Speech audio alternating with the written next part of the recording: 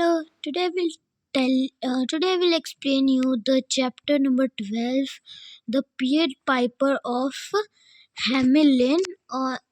In this book, Longman New Images, next revised 5th class 5 book. So today I will explain you this chapter, and this chapter is quite lengthy, so we will divide it into two pieces. So firstly, these are characters. So Pied Piper, Gangly and Bizarre. So इसका क्या मतलब होता है? पायड Piper है इसमें एक character जो कि बहुत जिसके बहुत लंबे और बहुत ज़्यादा पतले हाथ पैर हैं और ये इजीली इससे मूव नहीं होते. और बिज़ेर मतलब ये अच्छा नहीं दिखता, ये यूजुअल नहीं दिखता, ये थोड़ा अजीब लगता है. द मेयर ऑफ हैमिलिन शहर का ये एक मेयर दिखाए गए हैं इसमें, और हमें हैमिलिन शहर के चिल्ड्रंस दिखाए गए हैं, बच्चे दिखाए गए हैं. और जो काउंसिल है और टाउन्स फोक है हैमिलिन के, मतलब जो काउंसिल है हैमिलिन का और जो टाउन्स फोक मतलब जो वहाँ के लोग हैं वो भी हमें हैमिलिन के दिखाए गए हैं. देन अगली में है, तो ये फर्स्ट में क्या था पूरा मैं आपको बताता हूँ. Piper gangly and bizarre youth with the flute. तो मतलब यहाँ ये जो है पियड पाइपर के पास एक फ्लूट है और रैट्स दिखाए गए हैं हमें हैमिलिन के. हमें एक जूलियस कैसर रैट भी दिखाया गया है, तो आपको इसके बारे में पता चल जाएगा कि जूलियस कैसर क्यों कहा गया उसको. नरेटर मतलब जो कहानी बताता है, और एक लेम चाइल्ड को भी हमें दिखाया गया जो कि थोड़ा सा यूजुअल चाइल्ड नहीं है, वो तो उसमें थोड़े से अलग फीचर्स भी हैं, कुछ उसमें अलग है, वो एक नॉर्मल चाइल्ड की तरह नहीं है. तो the stage is completely dark with exception of spotlight at the corner of the stage. मतलब जो स्टेज जो है पूरा जो है कम्प्लीटली डार्क है, पर एक जगह एक स्पॉटलाइट है बिल्कुल कॉर्नर में स्टेज के. और जो नरेटर है जो कि एक फार्मर की तरह ड्रेस्ड है, जो उसकी जो ड्रेस है वो एक फार्मर की तरह है, पीसेंट की तरह है, वो जो है अंदर आता है और स्पॉटलाइट में आता है, और वो जो है नरेटिंग हैमिलिन की रैट प्रॉब्लम जो थी 500 साल पहले उसके बारे में नरेट करना शुरू करता है. The town of Hamelin is a beautiful place. आज के समय में जो टाउन ऑफ हैमिलिन है एक बहुत ज़्यादा सुंदर प्लेस है. जो रिवर वेसर है वो साउथ में जो ये टाउन है इसको छूकर जाती है, और it is filled with beautiful spots. और यहाँ पे बहुत सुंदर सुंदर जगहें हैं. And the towns folk are always happy. और यहाँ के जो टाउन्स फोक हैं यानी कि यहाँ के जो लोग हैं वो बहुत ज़्यादा हैप्पी रहते हैं. But Hamelin wasn't always a nice place. Almost 500 years ago the town was plagued with rats. पर जो हैमिलिन है वो हमेशा इतना अच्छी जगह नहीं थी. आज से कुछ 500 साल पहले इस टाउन में बहुत बड़ी एक प्रॉब्लम थी जो कि थी रैट्स की. तो जो स्पॉटलाइट है वो नरेटर पे डिम मतलब नरेटर से थोड़ी सी कम होकर एकदम से जो है वो मतलब एकदम से कम हो जाती है, क्योंकि अब नरेटर कुछ और बोलना चाहता है, मतलब अब बोलने वाला है. Meanwhile at the same time उसी टाइम पे जो है हमें देखने को मिलते हैं जो लाइट है वो सेंटर स्टेज पे आ जाती है. और जो है फिर जो स्टैंडिंग मतलब वहाँ पे बहुत सारे ऐसे 4 या 5 बच्चे खड़े होते हैं जो हैं रैट्स की तरह ड्रेस्ड, मतलब जिनकी ड्रेस जो है रैट्स की तरह है, और वो बहुत ज़्यादा एक दूसरे को पुश कर रहे हैं और बहुत ज़्यादा शोर कर रहे हैं. Sorry, narrator rats. तो नरेटर ये कह रहा है कि ये हैं वो रैट्स, मतलब जो वो एक एक्ट करके दिखा रहा है, जैसे एक्ट 1 वो एक्ट करके दिखा रहा है स्टेज पे, और उस एक्ट में जो बच्चे हैं वो रैट्स हैं. All the lights have come on. जो है एकदम से पूरे स्टेज पे जो है अंधेरा था, पूरे स्टेज पे लाइट्स हो गई हैं, लाइट ऑन हो चुकी हैं, और स्टेज पे हमें एक बच्चा दिखता है जो हमें बहुत सारे बच्चे दिखते हैं जो कि टाउन्स फोक यानी कि शहर के लोगों की तरह, उस टाउन के लोगों की तरह जो है ड्रेस किए हुए हैं, मतलब उनकी ड्रेस टाउन के लोगों की तरह है। एक आदमी जो कि अपने जो है डॉग को घुमा रहा है। हमें कुक भी दिखता है जो कि जिसके पास एक अपना जो है सर्विंग स्पून है, मतलब जिसको हम कड़छी कहते हैं, वो है उसके पास, और वो जो है चेक कर रहा है अपने सूप को। और हमें एक ग्रुप भी दिखता है वुमेन्स का, यानी कि बहुत सारी औरतों का एक ग्रुप भी दिखता है जो कि बातें कर रही हैं। We also see a vat with cheese and a couple of barrels as props on stage। मतलब हमें एक वैट यानी कि कंटेनर भी दिखता है जिसके अंदर चीज़ होती है, और उसके आसपास जो है बहुत सारे बैरल्स होते हैं जिनको हम प्रॉप्स कहते हैं। प्रॉप्स मतलब एक ऐसी चीज़ होती है, प्रॉप्स इसमें भी दिया हुआ है, objects used by performers during a play. मतलब जो चीज़ जो है, जो परफॉर्मर्स हैं जो हमें एक्ट करके दिखा रहे हैं, उनके द्वारा जो चीज़ें यूज़ की जाती हैं उसमें है बैरल, जो कि एक प्रॉप है उनके लिए। अभी in this scene the rats go around terrorising the towns folk. मतलब हमें इस सीन में क्या दिखता है कि जो इस सीन में हमें रैट्स दिखते हैं जो कि मतलब कहीं जा रहे हैं, और वो टेरेसिंग मतलब वो मतलब एकदम चुपचाप जा रहे हैं टाउन्स फोक के, मतलब एक तरीके से वो निगरानी रख रहे हैं, मतलब निगरानी कर रहे हैं, और वो लड़ाई कर रहे हैं डॉग्स के साथ, और कैट्स को लात मार रहे हैं, और जो है कुक के स्पून को, कुक कहीं गया है और उसी टाइम उसके स्पून को चाटने लग गए। उन्होंने जो है टाउन्स फोक जो है वो बहुत ज़्यादा डर चुके हैं कि एकदम से इतने सारे जो हैं चूहे कहाँ से आ गए।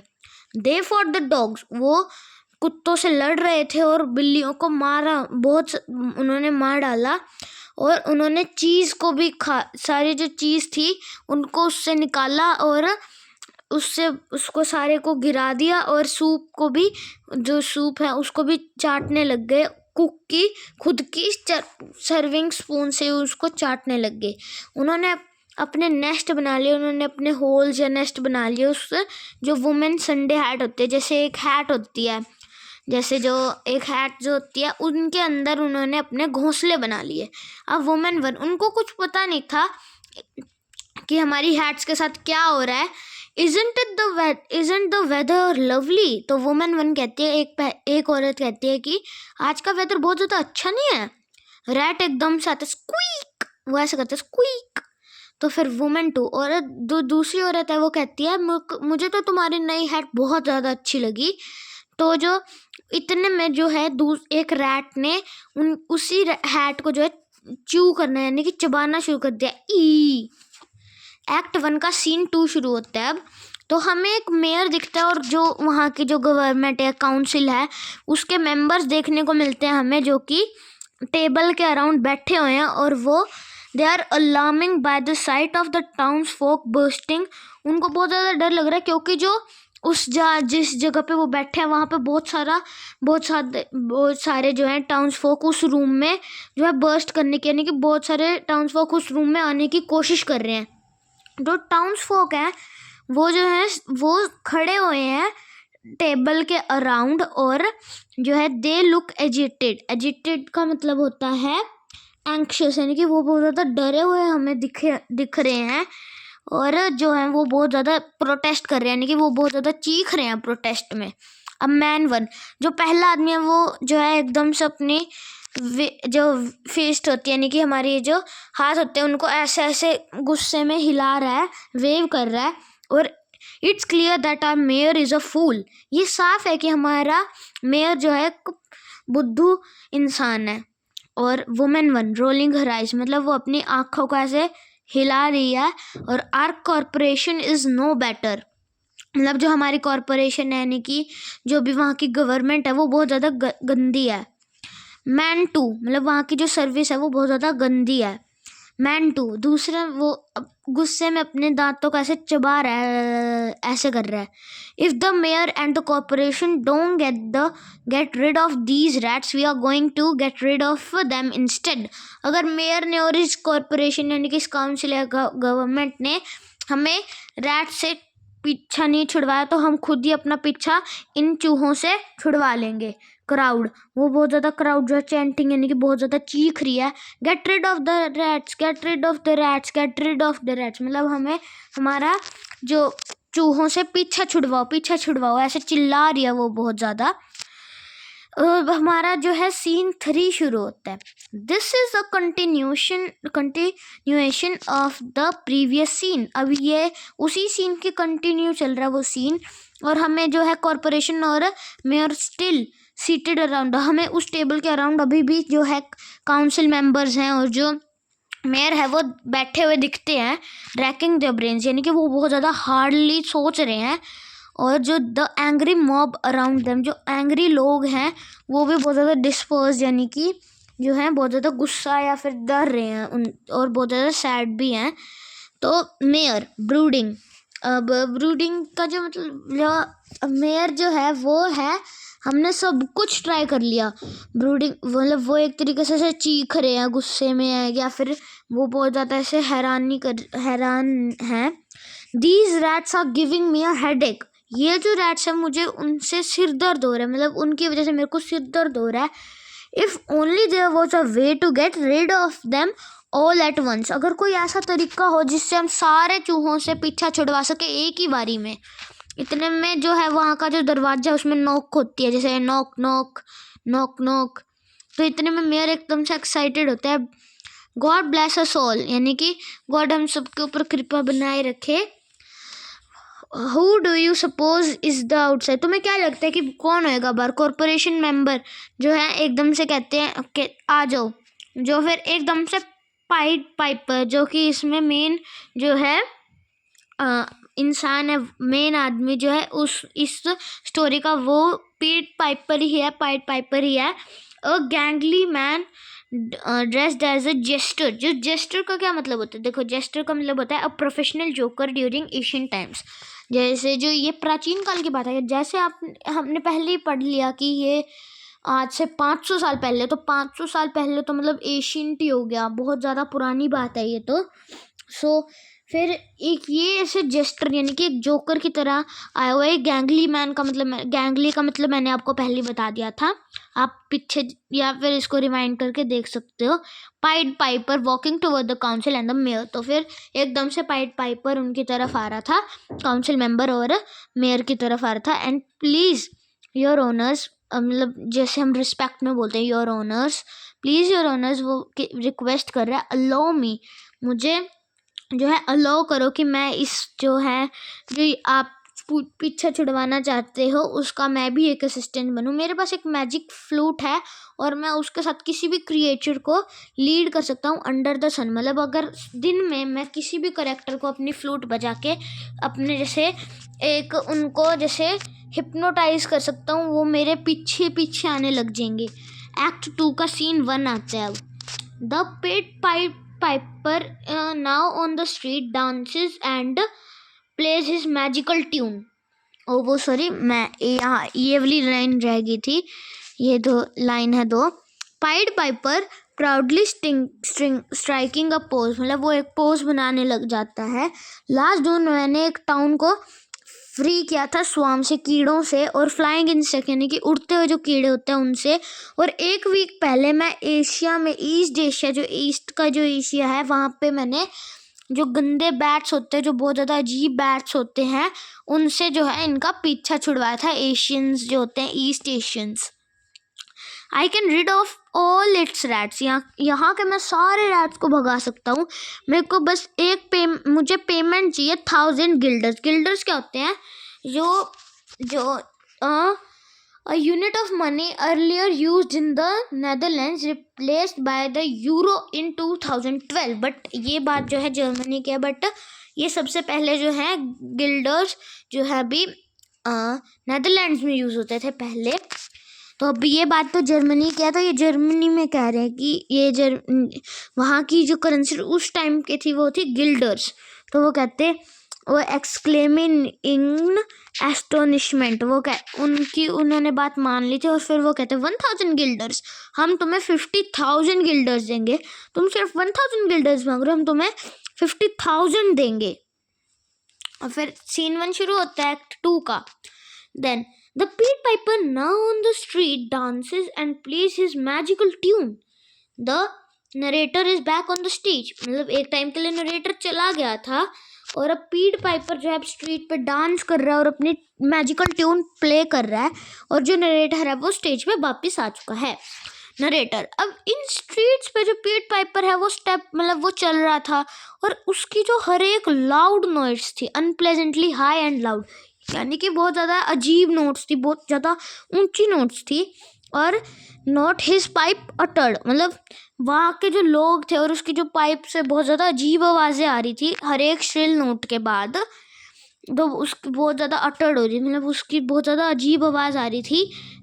वो इतनी ज़्यादा लाउड थी जैसे उसके पीछे एक पूरी जो है आर्मी उसको फॉलो कर रही हो. मटर्ड मतलब और कुछ सो बड़बड़ा सी रही हो.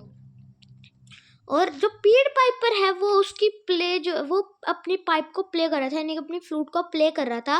वो डांस कर रहा था, कूद रहा था और जो है मतलब ऐसे जंप कर रहा था. बिहाइंड हिम उसके पीछे ना बहुत एक बड़ी आर्मी सी थी जो कि बच्चे थे, या फिर हम कहें जिनको जो रैट्स थे, जो कि जो बच्चे थे जो कि रैट्स की तरह ड्रेस्ड, मतलब जिन्होंने ड्रेस पहनी हुई थी ऐसी. दे डांस एंड स्किप, वो भी डांस और स्किप कर रहे थे और उसको फॉलो कर रहे थे. We see the rats of different size, हमें जो है बहुत अजीब बहुत ज़्यादा अलग अलग साइज के जो हैं वो जो रैट्स हमें दिख रहे थे. और वो एक स्मॉल सोलो परफॉर्म कर रहे थे,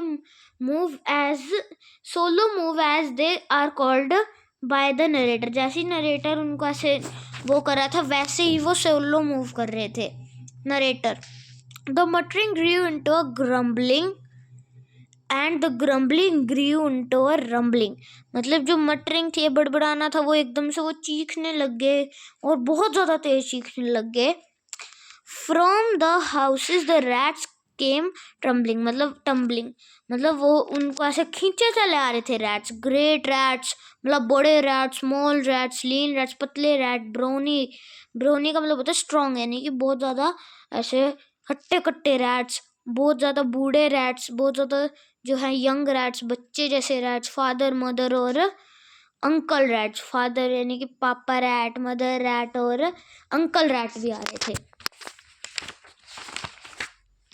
तो अब जो है मोर रैट्स और बहुत ज़्यादा रैट्स जो है फॉलो कर रहे थे पाइड पाइपर को. और वो जो है एक रिवर में, मतलब वो एक रिवर में चले गए और जो रैट्स हैं वो डांस करने लग गए रिवर में. और उन्होंने अपनी जो टंग है उसे ऐसे बाहर निकाला और वो एकदम से ऐसे डूबने लग गए.